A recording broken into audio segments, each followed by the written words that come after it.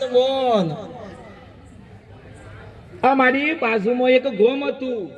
દયાલ સાહેબ મારું આ શેર તમને આલું છે, ખેંચ જોઈને બેહી જાઉં પાછું. હો હા, કારણ કે શું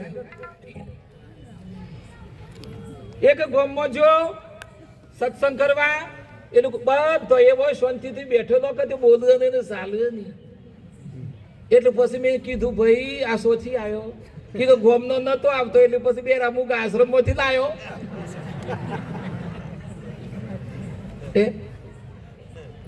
આપના ચરણોમાં વંદન, આપણા માતા પિતાને વંદન. દૂર દૂરથી બાપ આવ્યા છો, આજે તમે તો પવિત્ર થયા પણ હું થઈ ગયો.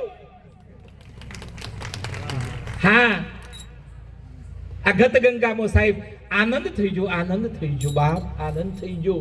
પણ આ તો પાછું કટ કટ ટક ટક ટક ટક હવા આમ ફરસ ઘડિયાળ અને ઈ મો બધું વીજળીના ચમકારે મોતી પરોવી લો ફોન બાય. અમુક તો હજી ગોદરો ઓઠી લાવશે હુઈ જવા દે છે. અને ગણ તો ઘરવાળા નીકળ્યા હોય હશે બાજુ ઉપરા કે ભજનમાં બે હોના બોના હુઈ જો હવરમાં બે હોનું દુછીઓ કાઢે. હા, બે હોની ચિંતા. અને પણ સાહેબ તમે વિચાર કરો, કલ કરે છો આજ કર, આજ કરે છો અબ કર. કાલની વાત ના જોવાય. આ કાલ વાળું જે કાલ કરે ને એ માનસ ભક્તિ ના કરે. હજી ઘણો એ ગુરુ ની બનાયા હોય.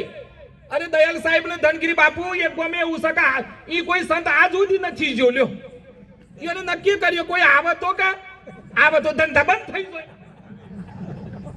અમુક ના ધંધા ચલાવવા માટે સંતો આવા નથી દેતા.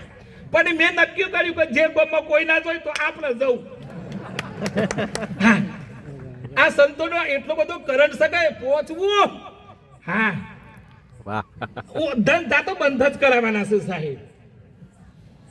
ઘણોની દીકરીઓ રડ, ઘણોની માયો રડ, દીકરીઓના માતા પિતા રડ. જે થવું હોય થાય સાહેબ, એક વખત જવાનું છે દર હનો. પણ ધંધા તો બંધ કરવા જ પડી. હું ઘણી વખત પૂછું ભાઈ આ તમે આ ધંધો કર્યું છે તે આબા સુખી રહી કે જેનો ઘરો ભાગ્યો હોય એની તો 70 પેઢીઓ ભાગી. એટલે ધંધા તો અમુક તો બંધ કરવા જ પડી.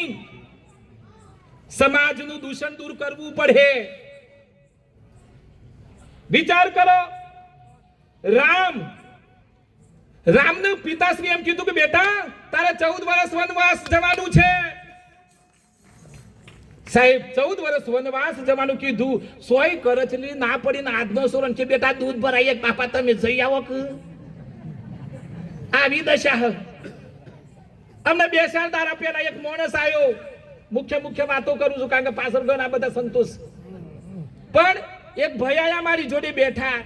મેં કીધું કે ભાઈ તમારા ઘરમાં કેટલો નોકરી કે સાર?